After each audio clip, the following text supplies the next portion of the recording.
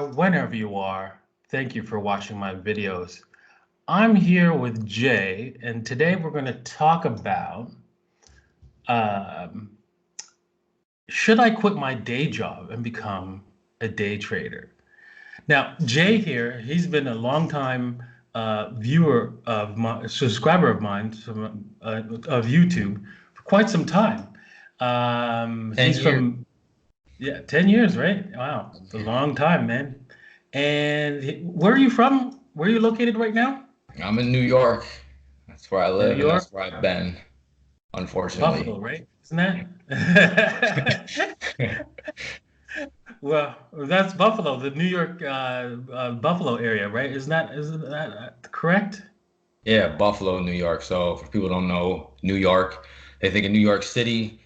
I'm on the other side of the state of New York City in a relatively depressed city, if you will. But yeah, that's my home.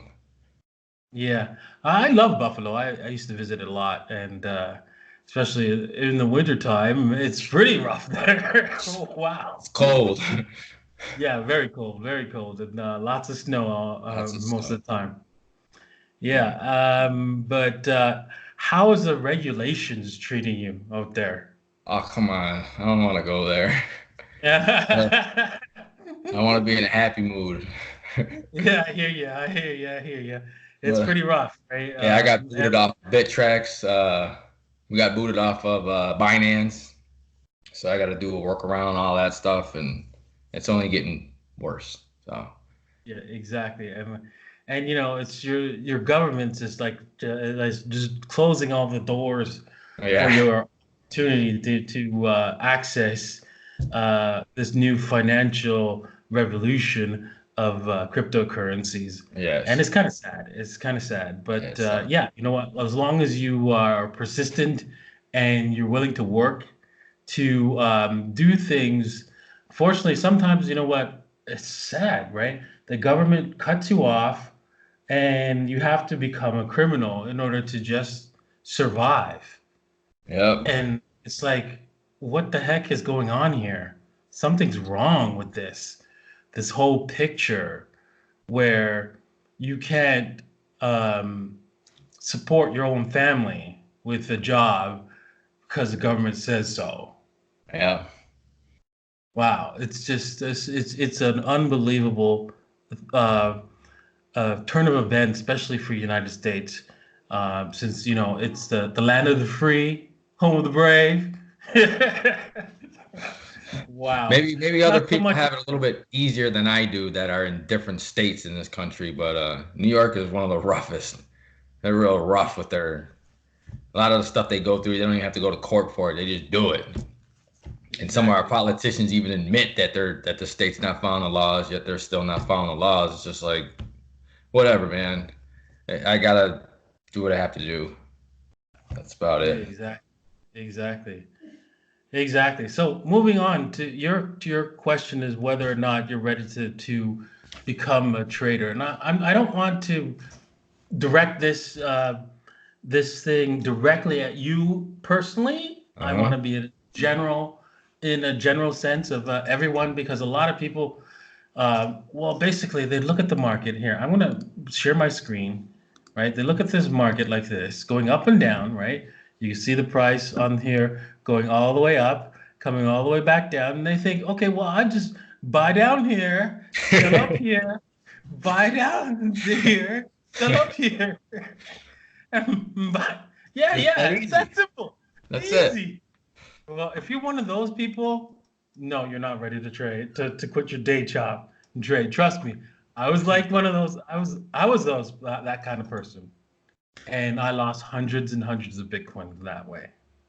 Yeah. So please, if you think that, you're not ready. So that's one way to eliminate whether or not you should be a day trader. Hmm. Another thing you need to know about becoming a day trader is that you need to understand money management. What are some of the things about money management that you know, Jay? You can't the position size, first off, um, I wouldn't suggest doing anything over 5% of what you have in your portfolio ever. And that's if you feel good about it. and know how to cut your losses. Know how to Yes. everyone. I feel like everyone knows all that stuff in theory that wants to No, be a date. You don't think no, they so? don't. No, they But don't. practicing it, like I know it in theory, but practicing it is something totally different. Actually doing it. Yeah, So, you have to repeat these things over and over again. You'll find that a huge number of people, even on my viewership that has heard me talk about it millions of times, will still do the same thing over and over again. And they go over the 5%, right? That's five. Let's see if I got 5% only is the maximum, absolute maximum you should risk and lose in any one trade. and you got to really That's feel good about that if you're gonna throw 5% in there. You got to just. That's the only way I can explain it. If you have this feeling like yeah, that's like everything's betting the farm. lined up. Excuse me. This is the farm for Yeah. you as a trader, as a day trader. That's the farm, Yeah. right? That's the And you farm. should never go to the farm, right? Yeah. You're not So supposed you to. try not to go to the farm, right? But Yeah. if you have a good trade, if you have like a good system, and even if you do go to the farm all the time, that means that you can make 20 bad trades and still be before you actually lose all your money. Yeah. So that's statistically impossible. Hmm. So if you have like for example $1,000 and you put 5% each time, that's $50, right? That's statistically impossible that you're going to have 20 trades and not one of them work out. So each time. So yeah, that's why this 5% rule is solid. And please, that's one of the reasons why money management is reasons what you need to learn to become a successful day trader. Hmm. Another thing you need to know about money management is that you have to separate your your trading wealth and your spending wealth. Hmm. And that's another thing that no one has taught me in any of my classes. And what that means is basically you're going to have, let's just say you need to have at least 6 months of expenses. And here, let's just say you've got, I'm going to type it in here. Oops. Wow. Okay. Delete all that. So you've got $10,000. Let's say you have $10,000 for living expenses, right? And then I'm going to copy this. And then you have another $10,000 for trading.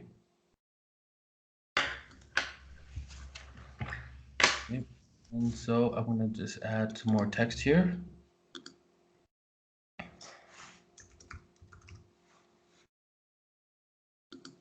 This is for living, right? And here for trading.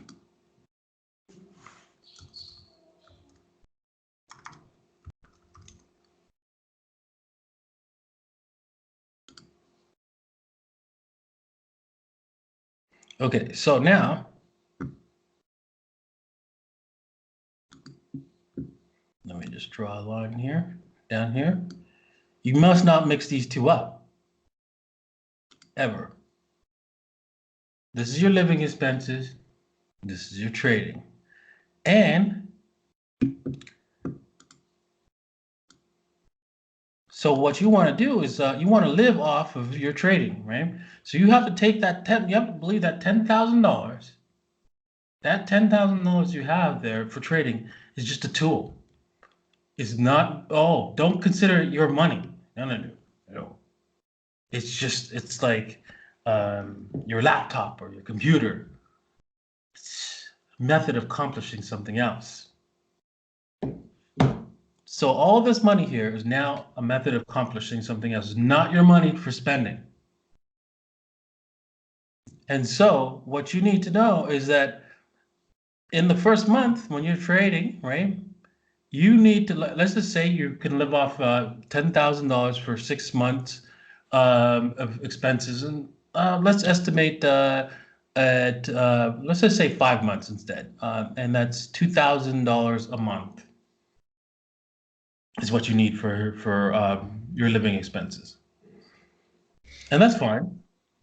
But what I would suggest you have enough for at least more than 3 months of living expenses, more than 3 months, like 4 or 5, 6.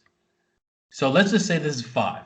And the reason why is because once you hit the 3-month mark, you better stop trading, start looking for a job. The reason why is because it takes a while for you to find another job and so forth, and you don't want to leave yourself without enough cushion time to switch paths, right? And I would suggest you have that cutoff point at 3 months so that you could actually switch over. And yeah, you could go all the way to the wall, but then life will catch up to you. And what are you going to do? You're going to run out of money, rent money, and food money and stuff like that. You can't go to the wall on this. You can't. Just don't do it. Right? That's another thing. People just this is my suggestion. You don't have to follow but I if you do this, right, then you won't have the stress And there you go. of losses taken here. Yeah. That's what kills people. Because what happens is you tend to revenge change. What might happen is that let's just say you have a perfect plan, you have a solid plan for trading, right?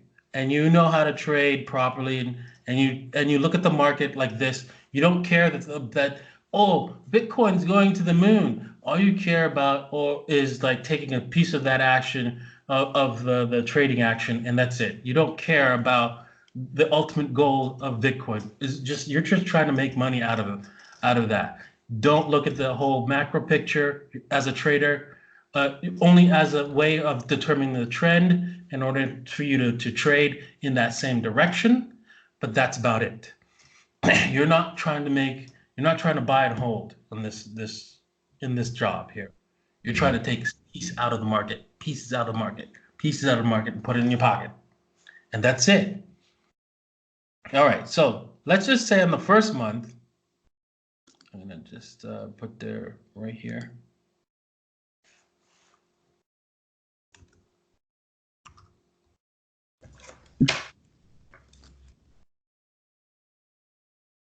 You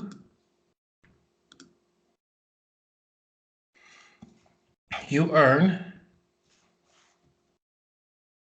$2,000, right? Great. You earn $2,000 in trading, all right? And proper money management says, okay, well, this is how $2,000 is what I need to live off of. Basically, you're spending $2,000 and you earn $2,000. So now, okay, over here, I'm going to go minus 2,000, right? So after this first month, you're going to go, okay, you know what? I've earned $2,000 because my living expenses is 2,000. I have to take it out of the trading account, right? And okay, and let's go here. This is the gain of 2,000, and I'm going to add it to.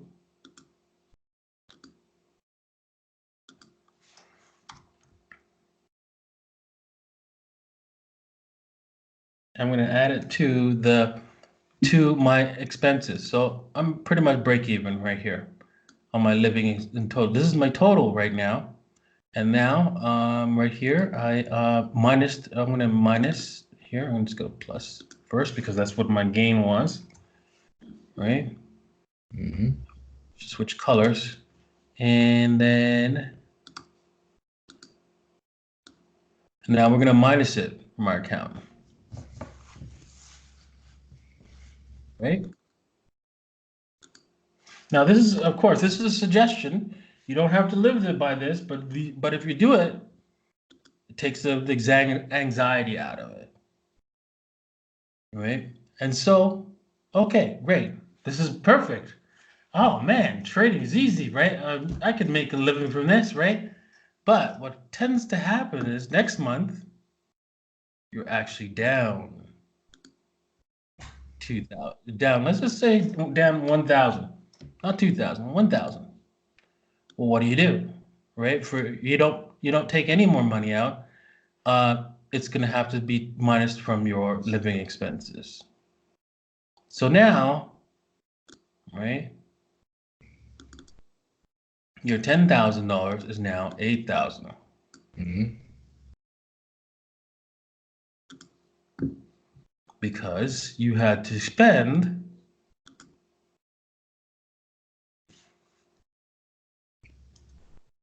2,000 to live.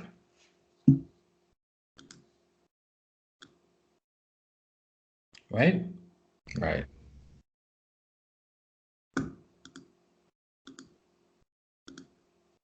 I'm gonna clone this. There we go. There's month 2.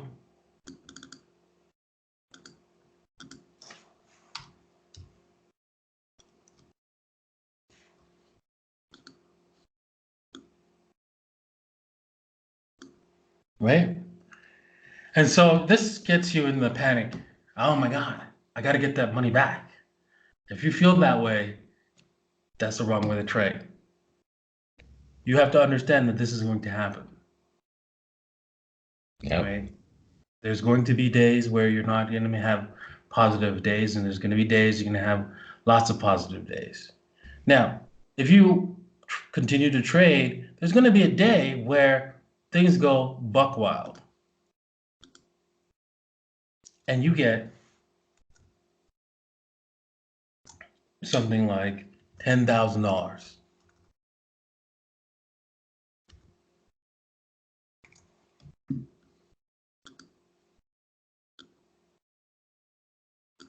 $10,000 because this is the month that you just we're on a roll, because that's how trading is. There's ups and downs, and then there's super ups. Yep. So, and then there's also super downs, of course, but Yeah. there's gonna but the what you see, what was going to happen, and there's going to be the day where you get super ups, and those are the most dangerous days actually, because it makes you cocky, makes you feel that you can, no one can stop you, and you can trade like a professional forever, and you can, like, oh, I don't need stops. Who's that? What stops are for? Stops are for children. No, no, no. Never get into that particular mentality, because that will get you just wrecked, Correct. completely wrecked, faster than anything, than even revenge trading. Right? So never get into the thought mindset that you will be the best forever and every single trade, because then what happens is you'll break this 5% rule Yeah. because you want another big day, Yeah. and that will be the end of you. All right. So with that, what do you do? What do you do with that money? Well, I would suggest that you split it in half, right? So now you take $5,000. This is my suggestion, not any kind of rule or any kind of like absolute, but this is my suggestion, and put it over on your expense side. So basically, you'd have, like, let's just put it all here in one line, minus 2,000 and plus 5,000.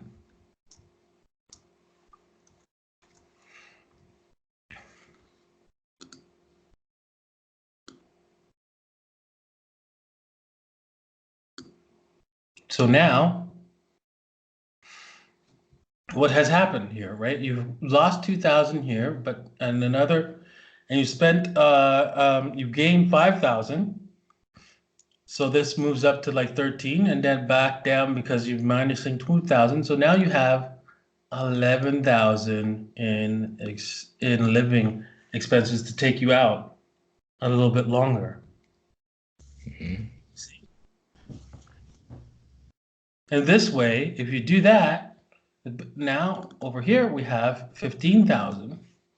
And now with more capital on your side, on your trading side, you can now start to earn more and more, and then start moving more over to your saving side to hold you over during the bad times.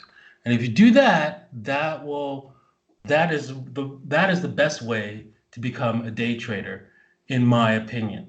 Now, if you have any questions, right, concerns, any thoughts? It's my turn. Yeah. Cool. All right. The question is,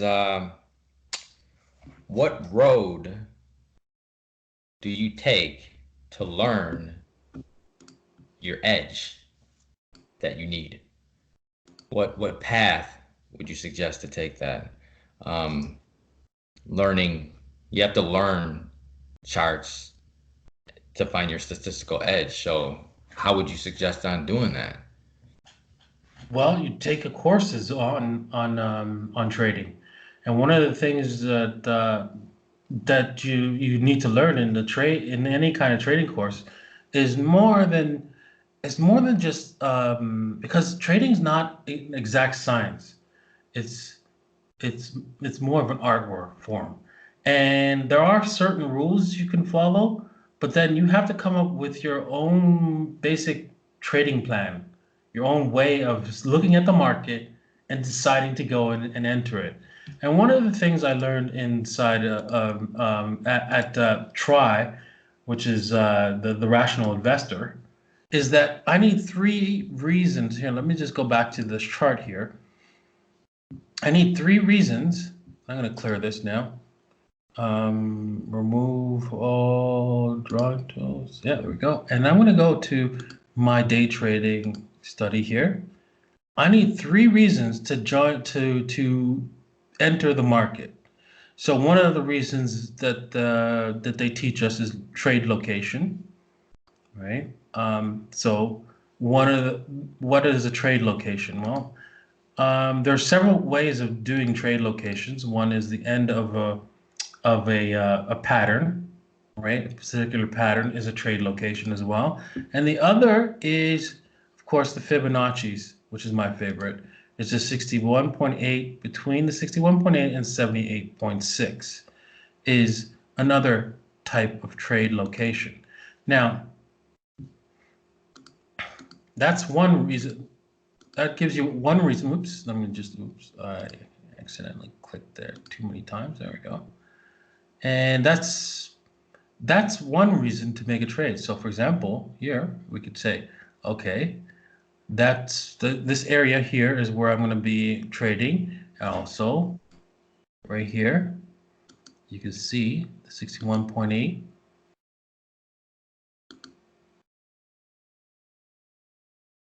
Between here and here is an area to make a short trade, right? That's an area for short trades. Right here, I'm going to just draw that out there. Fill it in with red. There you go. So that's one reason to make a trade is, hey, you know what? If it's in the 61, between the 61.8 and 78.6, that's a location. That's one reason. And then another reason would be, for example, let's just go to, we're at the hourly, and we can look at this chart. I'm going to expand this chart a little bit. And we can look at the indicators. Oops. Hang on. Dragging. Come on. Come on. There we go. Back to here. Now we can see that there, from here to here, there was a divergence, right? Giving us another reason, right? Price was increasing. in a sense. Some people just go by the candle bodies, right, or something like that, and that's still valid, right? Or if you just do the bodies, right? Price was increasing,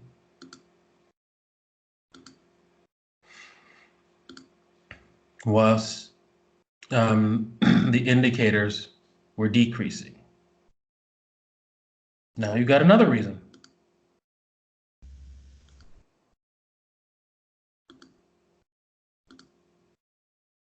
Right? And then a third reason would be you could say, was volume also a volume? We don't have a volume indicator. Do we have market structure? We kind of have market structure here, but because of the M here, but it's not really quite an M. And so you don't have a market structure reason, price. I wouldn't say that, but you do have like a doji candle here, which this doji says indecision. And then if we break the bottom or the top, it tells us which direction it wants to go. It broke the bottom, so we could go by that as the third reason, the doji candle, to give us a third reason to get into the market. We could use the top wick as our as a stop loss. Yep, that's what I would do. Right? And then we want to take 2 to 1 out of the market. Yep. And there it is. And that's how you trade.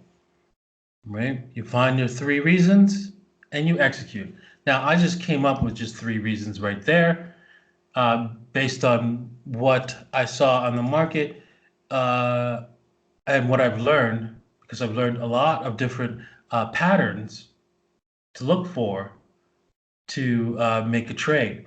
Now, now I wouldn't have done this because it was not in my plan.